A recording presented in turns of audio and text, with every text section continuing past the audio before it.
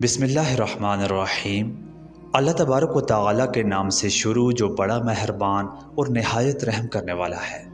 حضرت ابراہیم علیہ السلام جنہوں نے اپنی پوری زندگی اللہ کی توحید کو پھیلانے اور امتحانات دینے میں گزاری تھی، لیکن کیا آپ جانتے ہیں کہ آپ علیہ السلام کی وفات کیسے ہوئی تھی؟ روایات کے مطابق جب حضرت ابراہیم علیہ السلام کی عمر مبارک تقریباً 175 یا 195 سال ہوئی تو ملک الموت حضرت عزرائیل علیہ السلام آپ علیہ السلام کی روح قبض کرنے کے لیے ایک بوڑھے انسان کی شکل میں تشریف لائے۔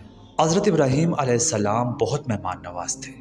انہوں نے اس بوڑھے شخص کو کھانا پیش کیا، لیکن جب انہوں نے دیکھا کہ کمزوری کی وجہ سے وہ بوڑھا شخص کھانا ٹھیک سے نہیں کھا رہا تو آپ علیہ السلام نے پوچھا کہ کیا سب انسانوں کا بڑھاپے میں یہی حال ہوتا ہے؟ ملک الموت نے کہا کہ ہاں۔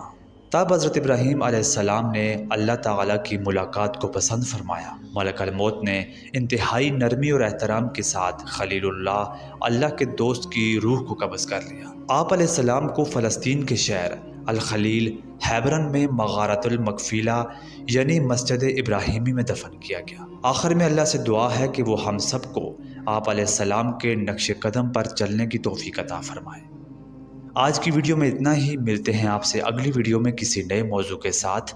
تب تک کے لیے اللہ حافظ۔